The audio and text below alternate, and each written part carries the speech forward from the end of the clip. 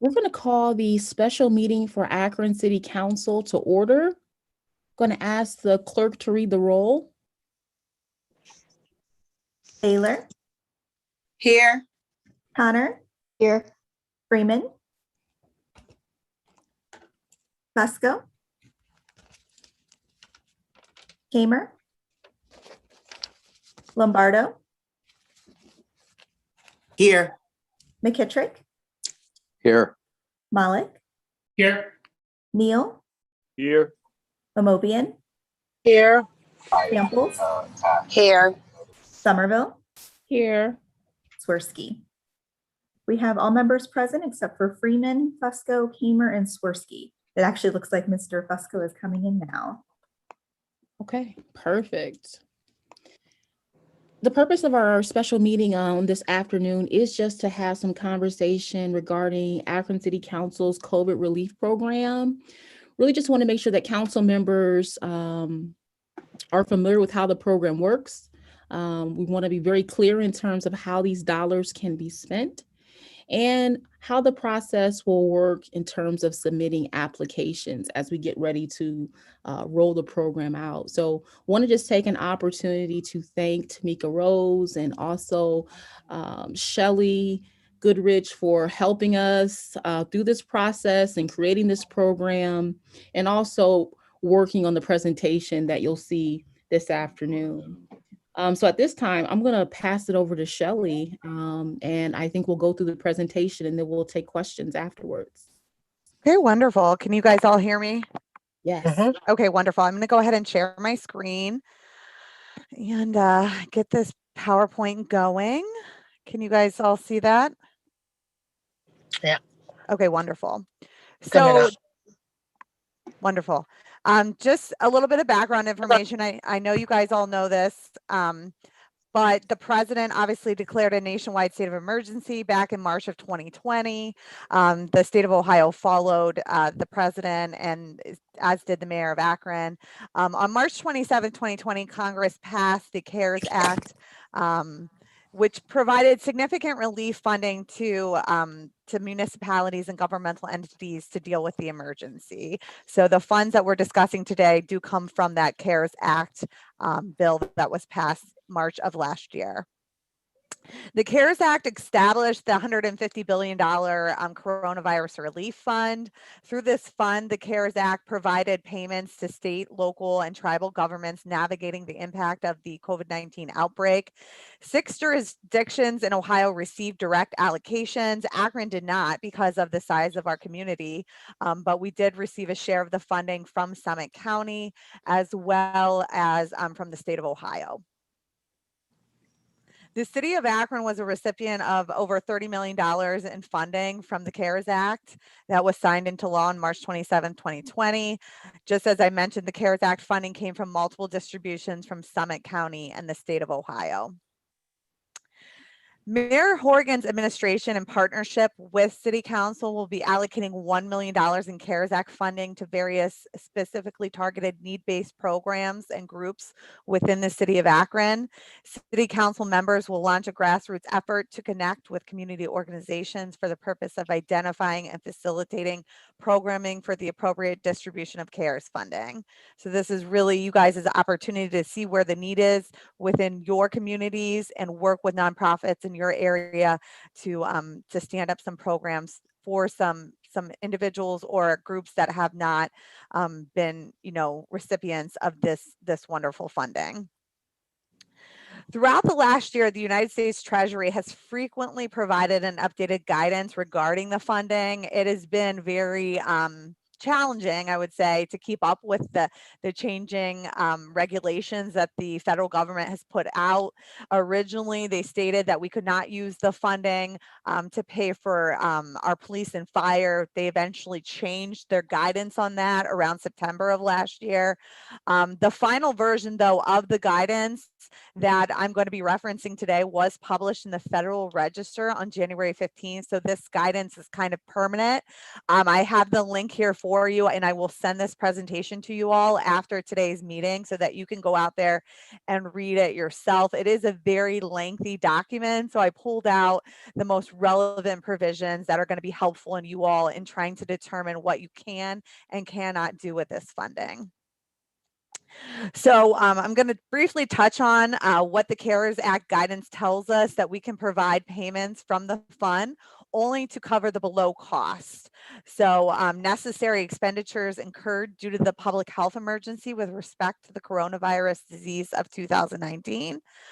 They were not accounted for in the budget most recently approved as of March 27th, 2020, the date of the enactment of the CARES Act for the state or government, and they were incurred during the period that begins on March 1st, 2020 and ends on December 31st, 2021. I will say there has been some governments that have run afoul of these rules, and I'll detail a little bit what I found in my research of things that we cannot do for sure, but they have to be necessary expenditures that were incurred, obviously due to the public health emergency, not accounted for in the budget, and they have to be expenses that were incurring between March of 2020 and the end of this year. The requirement that expenditures be incurred due to the public health emergency means that expenditures must be used for actions taken to respond to the public health emergency.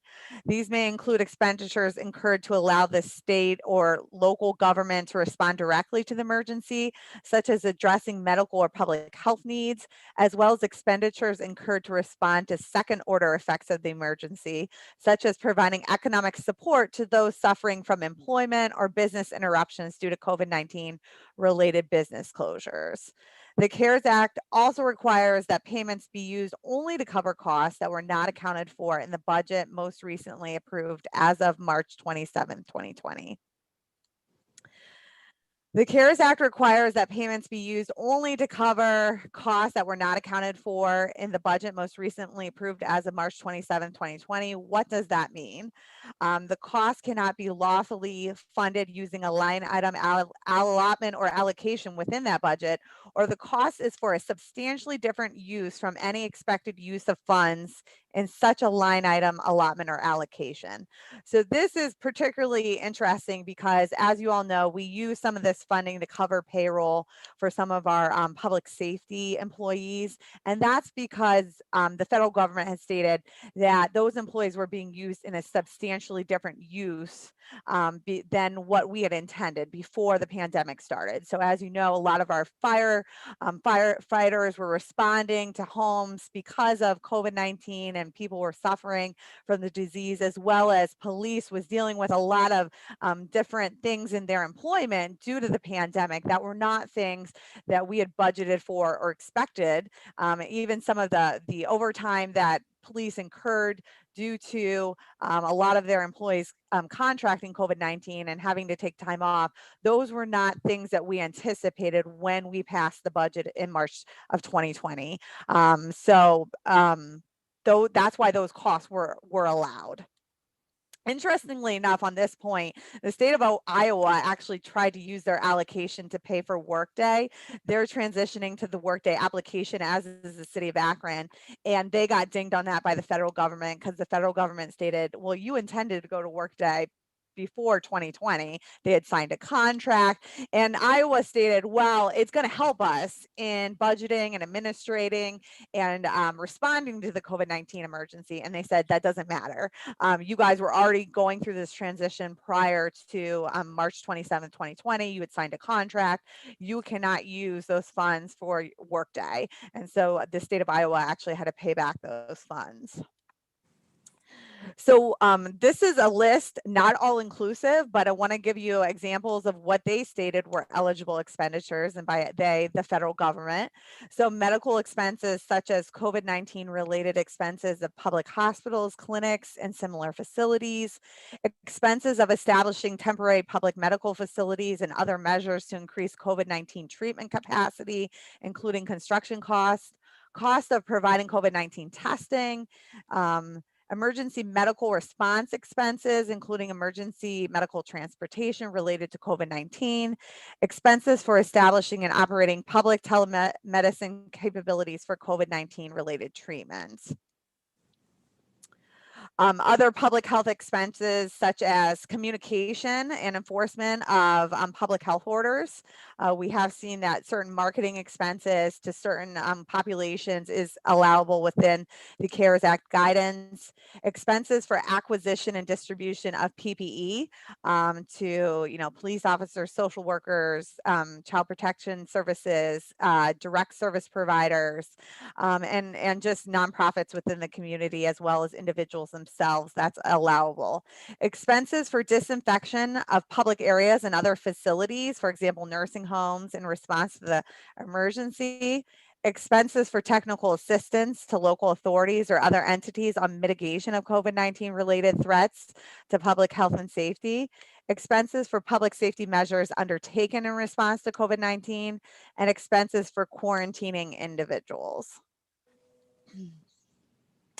Other expenditures that they said are allowable are expenses for food delivery to residents, including, for example, senior citizens and other vulnerable populations to enable compliance with COVID-19 public health precautions, expenses to facilitate distance learning, including tech improvements, and expenses for care for the homeless population provided to mitigate COVID-19 effects. On that note, when I was doing my research, the city of Anchorage, Alaska, actually wanted to buy some buildings to house their homeless population and provide a sterilized environment for them to protect them from COVID-19. And the federal government stated that that was not an allowable expense because after the pandemic would be mitigated, the city of Anchorage would still have these buildings that they could use for other purposes.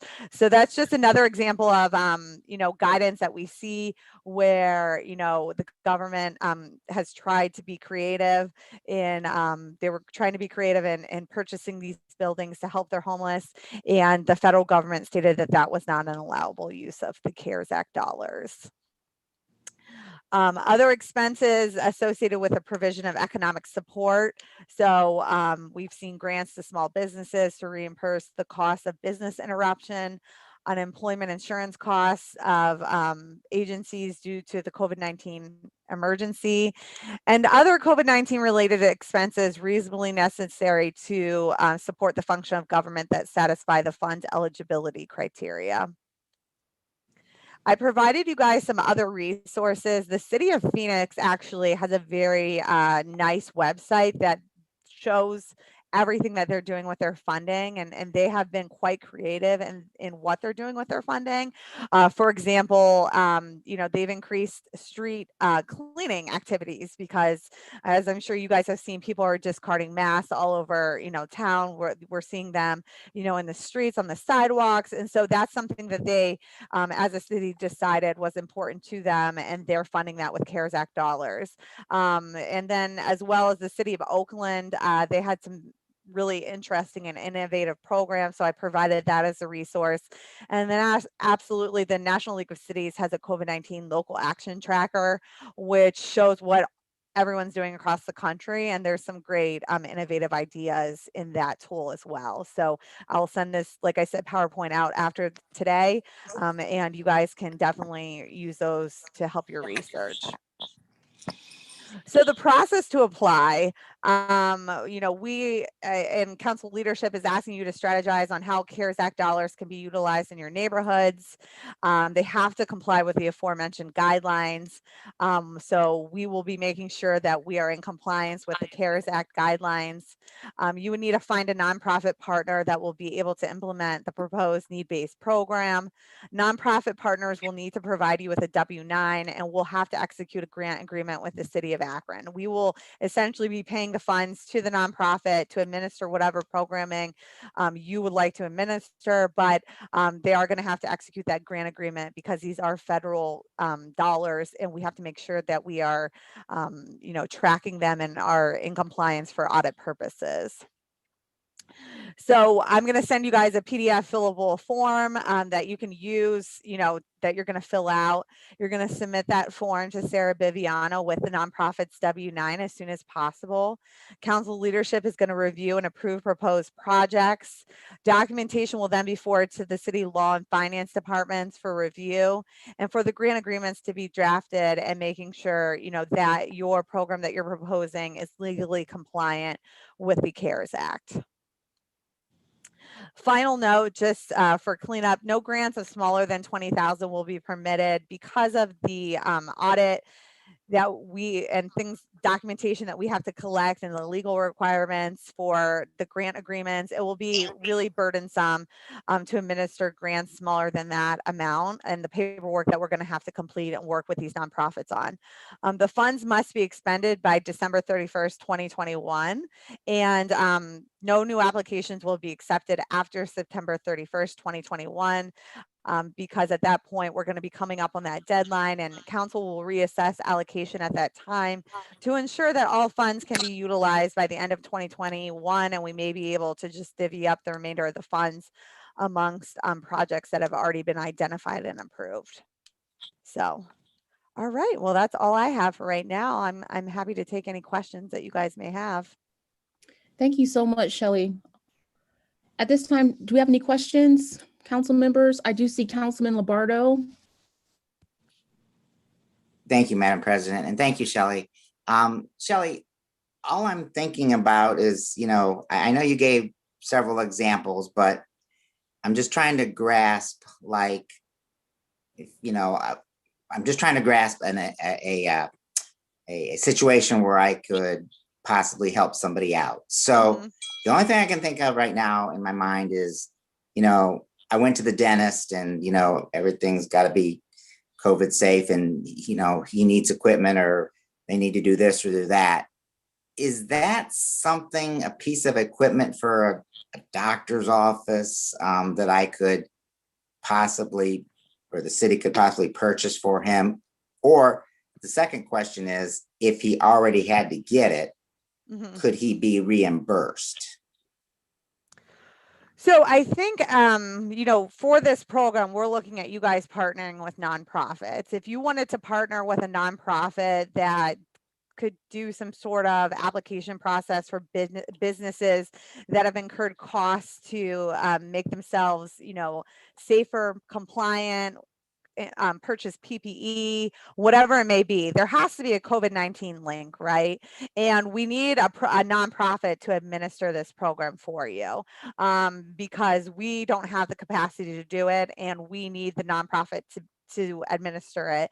So I think it's what you need for your community, right? So if you see that in your community there's a lot of businesses that have incurred expenditures to make their business comply with the law, that they've built separators, that they've purchased things to be compliant, absolutely that would qualify, but there needs to be a kind of a grant program where they would apply for funding to either reimburse them or pay for those things from the nonprofit partner. And the nonprofit partner would look at the applications and, could reimburse them or give them funding if they needed further accommodations for their business.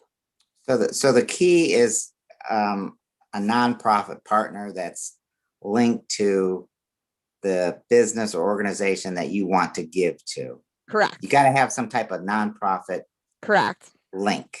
correct Okay. So even and then yeah so like even I'm just spitballing, but the North Akron Development Corporation, right? Okay. Would they be willing to do that and help North Akron businesses that have had to, retrofit due to this public health emergency and haven't gotten funding elsewhere to do so? I mean, that's the key. They can't double dip, right? They can't get funding from somewhere else and then also get funding from this bucket. They would have to show these are the receipts of what I purchased, or this is what I want to purchase, and I need assistance in being able to do that. Okay. And again, if something has already been purchased, it's okay to have that expense reimbursed. As long as it was from March 1st, 2020 through December 31st, 2021. So Right. yes, I mean, it could be something that they already purchased. But you know, if you wanted to launch like a business, PPE reimbursement program, in your area in North Hill, and they could apply. It could be things that either they need or that they've already purchased and they haven't gotten, other government funding for. Yeah, I mean, there's nothing that says that we can't reimburse them for that. It would just have to be something that they purchased from March 1st, 2020 Got it. through December December 21st, 2021. And they would have to provide documentation, right? No doubt. So no they doubt. would have to give us like receipt or something, because to the nonprofit, and that they paid what Okay. they said they paid. Okay. Thank you so much. Yeah. Councilman Neal?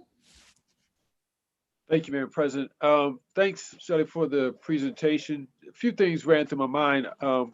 Just kind of looking at how we did the City Council Neighborhood Grant, which I don't know if we've ever closed out 2019. We may want to go back and look at that.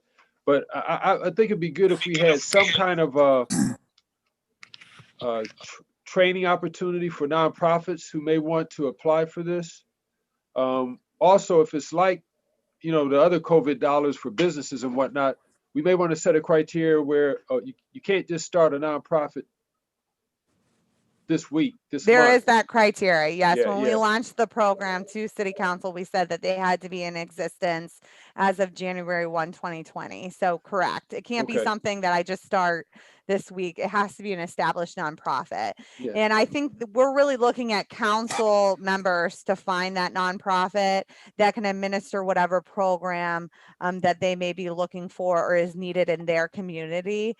If you guys want to open it up to determine who that nonprofit is, that's fine. But we're looking for kind of that application to come in that says, this is what I want to do. This is the nonprofit I want to use. And here's details of the program. Council leadership will consider it. And then if they give, they're like, yep, that's good. Then finance and the law department will work on making sure that we're legally and fiscally compliant, and working, with you all to execute, obviously on your what you intend to do. Thank you. And then I just want to, COVID-related health issues are kind of broad. I just want to make sure we have that if they're not clearly defined, because we've Mm-hmm. we know that COVID and the health issues have touched a little bit of everything. Mm-hmm. If the definition is that liberal, just would like to know that as we work, because that will give us the ability to address some of the more challenging issues that aren't traditionally looked at as like vaccination or PPE equipment, that type of stuff. Absolutely. I mean, I will do my best to guide you guys through this. These are extremely, the federal government put out these guidelines, and I think all cities and governmental entities have struggled to interpret these. What we're looking for, though, is a COVID-19 link. So it can't be something that's completely unrelated to COVID-19.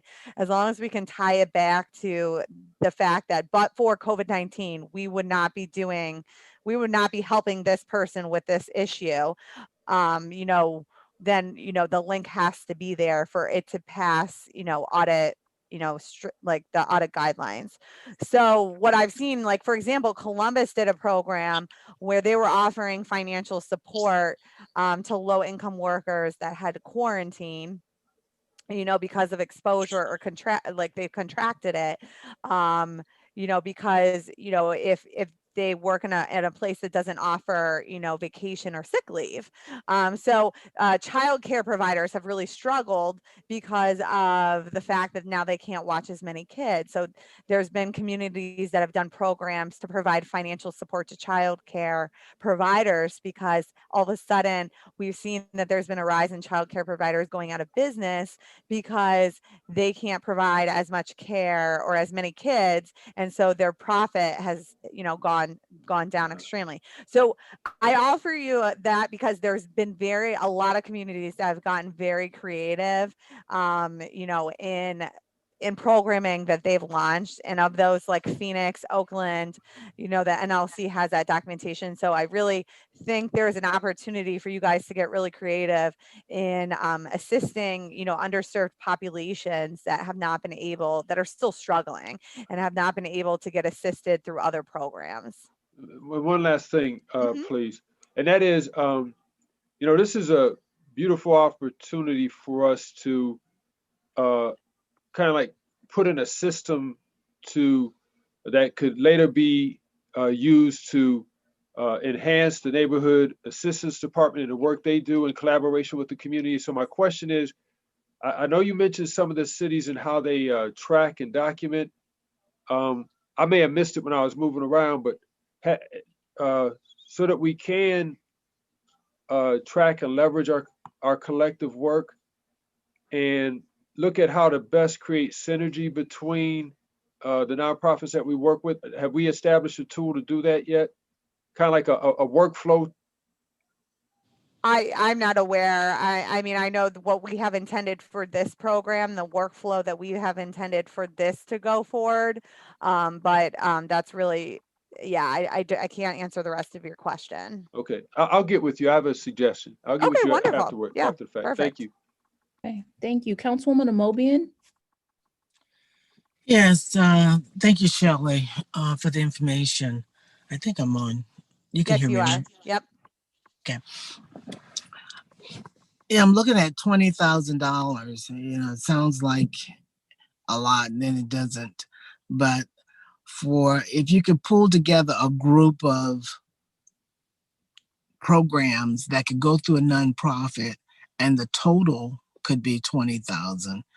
Is that possible, or one of those individuals would have to be 20,000? I'm trying to figure out, because there are some programs that I can think I know Mhm. I don't have money directly, but I'm thinking of there are programs within communities, if they could pull together Mhm. and work with a nonprofit to create a response to a concern or problem that would total 20,000 or more, then that would work as well. One of those groups would have to be 20,000. How are we thinking? Because some of these responses, they may not be able to come up with a $20,000 amount. That's what I'm trying to figure out, the budget part. Okay. Let me defer to council leadership, I guess, on that. And maybe Tamika, I guess, what are your thoughts? You know, it would be very burdensome for the city, and I know for finance and for the law department, if we had $1,000 grants to a ton of people, right? Because we're going to have to do a separate grant agreement. I'm going to have to do research to make sure that financially what we're doing is sound, that you know, it's going to be comply with the CARES Act guidelines. And so I think that we were hesitant to allow all those little dollar amounts because of the amount of work it's going to provide, not only for you guys and for us, you know what I mean? So I'll go ahead and President Somerville, did you want to mention anything about that? Yeah, I think you said it perfectly, but I think to Linda's point, now, if there are nonprofits who want to come together under one application, Mhm. I think that's completely fine. Yeah, as long as we can do one grant agreement and Yep. encompasses everything that they're going to do, I think that wouldn't be a problem. I just think we didn't want a little bit of everything all over the city and because we're going to have to track down and make sure, like, when audit time comes, I'm going to have to contact the nonprofit and say, hey, can you give me a little bit of documentation of what you guys did? And it would be really burdensome if we had a ton of little grants with a ton of nonprofits. So Try to understand. yeah. The other question I have is You mentioned NLC. Are they coming up with a list of creative things that different communities are doing? Is that what you? Yes, there I included that link, and it's Okay. different programs and policies that different communities have implemented in response to COVID. So, see. you know, as you guys are considering kind of maybe what other communities have done and looking at creative ways to potentially utilize these dollars to help your communities, I think that's a great resource, because some of it, I mean, we think, like you said, we think about PPE, we think about, you know, certain things, but some communities have gotten really creative in assistance programs, again, to underserved populations that are just really creative and not something that I would ever think of. So, you know, I encourage you guys to definitely look at that resource and see what other communities have done. Okay. Thank Okay. you. Thank you. Councilwoman Samples? Thank you, Madam President. Piggybacking off of what Council Amobian just referred to, is it possible? I've had nonprofits act as fiscal agents for other individuals who do a lot of community outreach, but they don't have that nonprofit status. So if I have a nonprofit in Ward 5 and say they apply for, I don't know, a $50,000 grant, but we have other agencies, organizations who do this, to do work in the community, is it possible? Is it okay for that nonprofit, that established nonprofit, to act as a conduit or a fiscal agent for the program that they're doing? I would feel, I don't want to answer yes or no. I think we would need the law department to weigh in on that. I think we would, the nonprofit would have to be willing to sign the grant agreement with the city of Akron. They would have to be willing to state that they're going to comply, you know, with making sure that the funds are spent in the way that we intend the funds to be spent, and that they're going to retain certain documentation, that if we get audited, that we can call them and say, hey, can you give us this documentation to provide to our auditors? But I think that's something that we should definitely run by the law department before I give you a yes or no. But I don't think it's totally out of question, as long as the nonprofit would be willing to administer the program, right? But, you know, definitely, I don't want to speak one way or the other. So. Okay. Well, if we could. Yeah, absolutely. I will appreciate it. definitely inquire and get back to you on that. Okay, thank you. All right, thank you so much. Do we have any other questions or comments from any other council members at this time? If not, I'm gonna send it over to Tamika Rose, who's gonna share some information with us as well.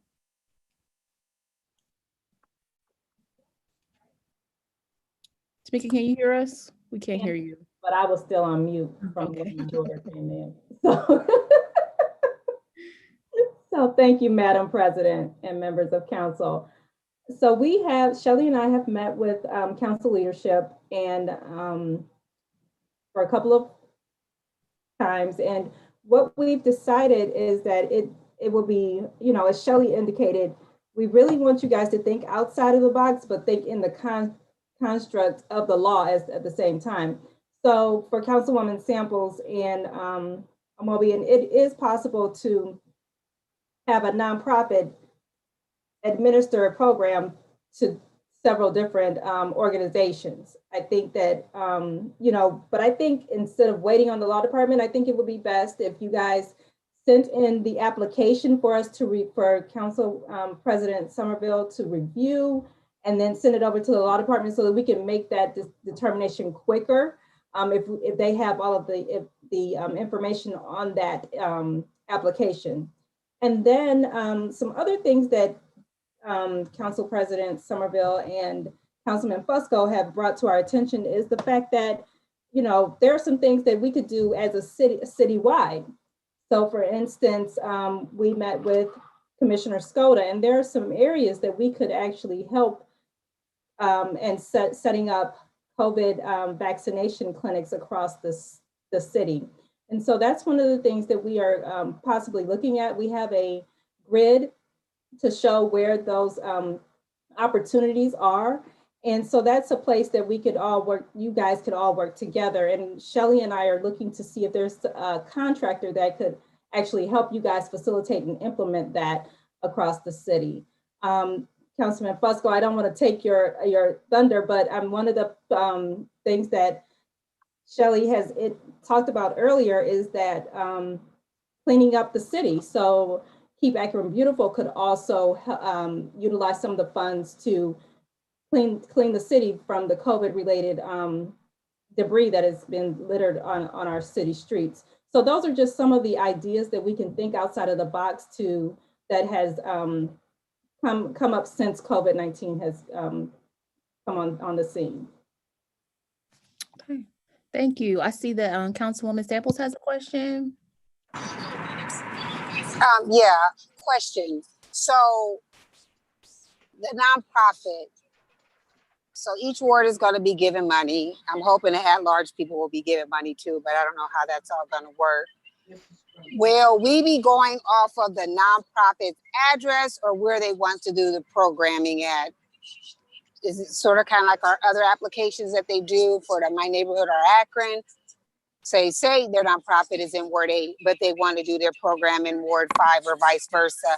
Where are they putting the application from? From the fiscal, from the address, the physical address, or the location of the project? I think it would be determined based on which council person it comes through. So Councilwoman Samples, if it came from you, but they were actually in Ward 8, I think it would be, that's your idea. And so I think it would go from that area. Does that make sense?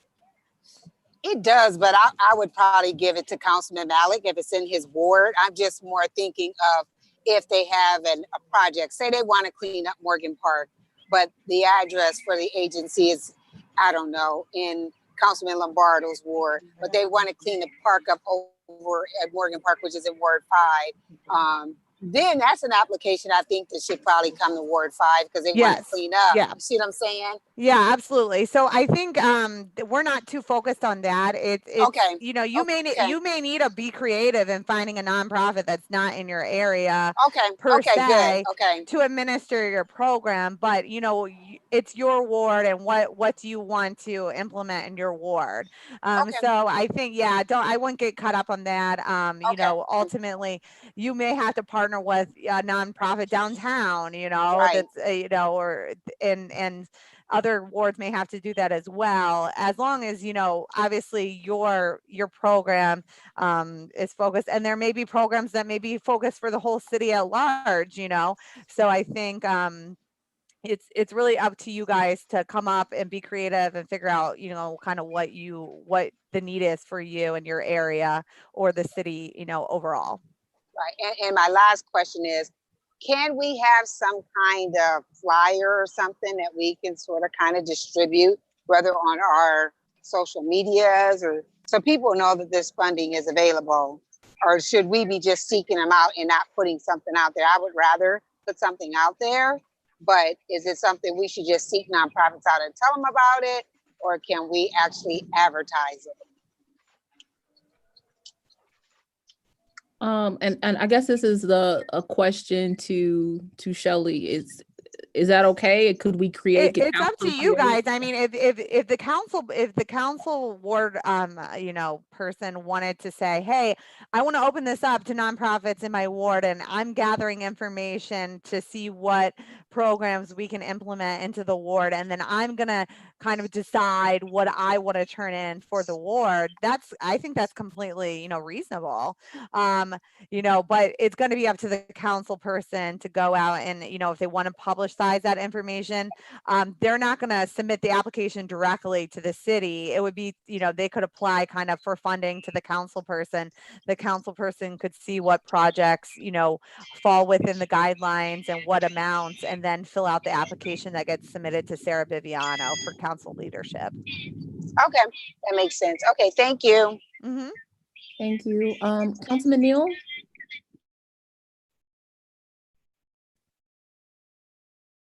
Councilman Neal, did you have a question?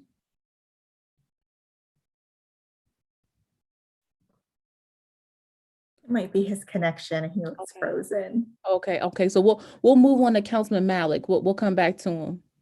Thank you, Madam President. And I also want to thank Councilwoman Samples for her offering ideas for Ward 8. More than willing to hear them. But definitely, I think that vaccination clinics are something that, that I want to help with, particularly in my ward. Ms. Rose, should I just reach out to you and we can see, the feasibility of that, or what's the best way to approach it with the health department? Reach out to Council President Somerville, and then we can go through the proper channels. Thank you. Welcome. Councilman Fusco? Thank you, President Somerville. One of the things we've been talking about, and I think this goes back to what Ms. Samples had mentioned in reference to like marketing the program. One of the things we're thinking about, and I assume now is a good time, Ms. Somerville, to discuss what we've been talking about. Those citywide initiatives, it would probably lower to a certain extent, how much is available on a per ward basis. We want to make that as even across the board as possible, obviously. But some of these citywide initiatives obviously would pull from that. One of the initiatives we've been talking and discussing is, and I think it would be smart for us to do this, and that is an education piece in terms of the value and the medical reasons behind the vaccination piece. Ironically, doing some research last week, began to learn how much of a thing that is.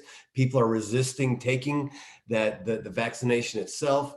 But whenever we had discussion with the health department, Ms. Skoda, she had mentioned they're seeing this in our town, and in the county, when out there at the fairgrounds, like one spouse would get the shot and the other one would decline.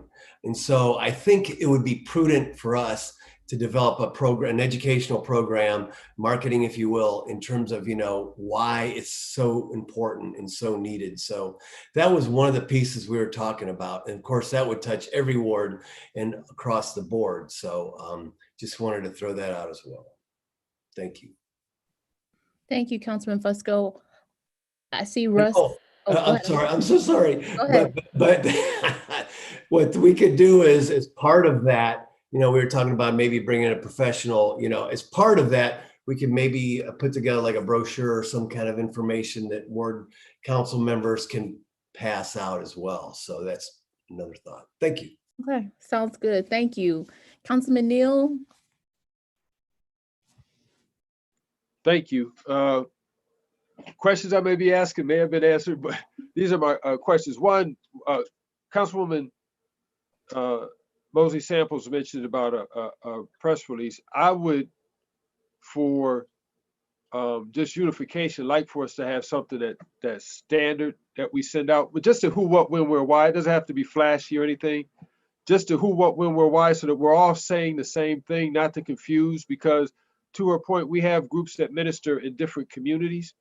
I would like to, again, this is thinking on how to make this a sustainable thing. I know I have groups that work in my ward that assist people with rent assistance and whatnot, putting in some kind of infrastructure to make sure that as we, that people aren't, I know the food bank people do this, to make sure that people aren't double dipping different places. So some kind of synergy there. And then for our point, just like they said with the American Rescue Plan dollars, they say don't expense those for things where you have regular budget dollars for, or within a community where people are doing things. How can we leverage these dollars?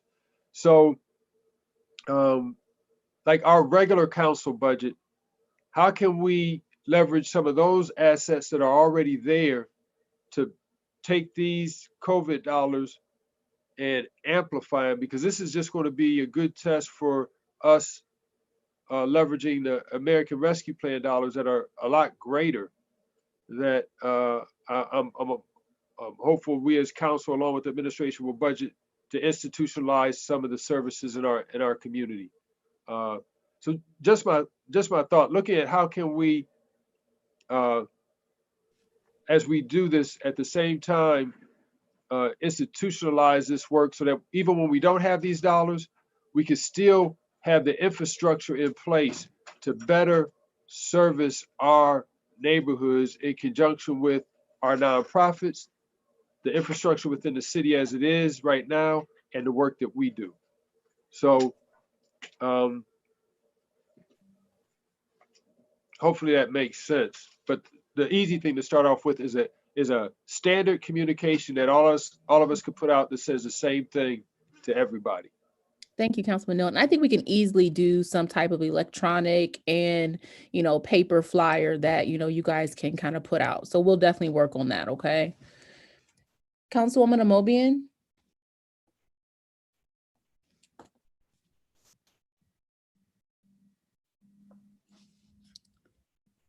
Councilwoman Amobian, you're on mute.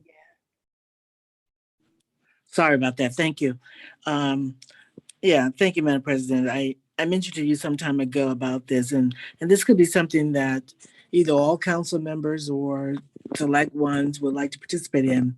I know that the NAACP has been doing some great work in outreaching families and taking them to places to be tested or to get the vaccination.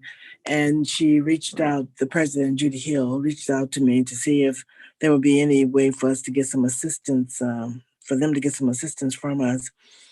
And I would think that something like that would be fantastic, because what we're talking about is exactly in reference to what Councilman Fiscal was talking about and others, that we're trying to encourage folks and convince them that getting the vaccination is a good thing, not only for them, but for the entire city and their families. So what would we have to do to pull something like that off? Because I don't know if NAACP is a 501c3 or not. I can ask her about her status, but I'm sure she could easily find a 501c3 that would be willing to work with her. That would could fit into what we're talking about, I hope. Yeah, absolutely. Councilwoman Mogan, we can definitely talk, more offline. I've had some conversations, with President Hill as well. And so definitely want to do my part to support. So we can talk. Sure. Okay. Okay. Are there any other comments or questions at this time? Councilman Malik? Just want to take a second and thank you and President Fusco and Ms. Goodrich and Ms. Rose for taking all the time. I know this isn't a simple thing, but it is, I think, going to be a great opportunity. And I know we're all sitting here scribbling notes and ideas. So, but I really appreciate everyone's willingness to really try to do a grassroots approach here.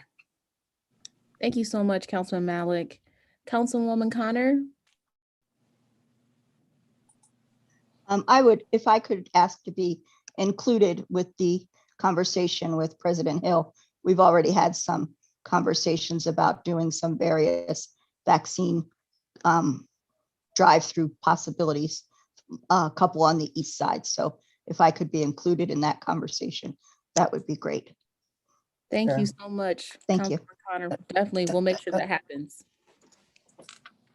Okay, if there are no further comments or questions, can we get a motion to adjourn? Motion to adjourn. Okay, we got a motion. We got a second. If there are no objections, meeting adjourned. Concludes the live broadcast of Akron City Council. Margot Somerville, President of Council presiding.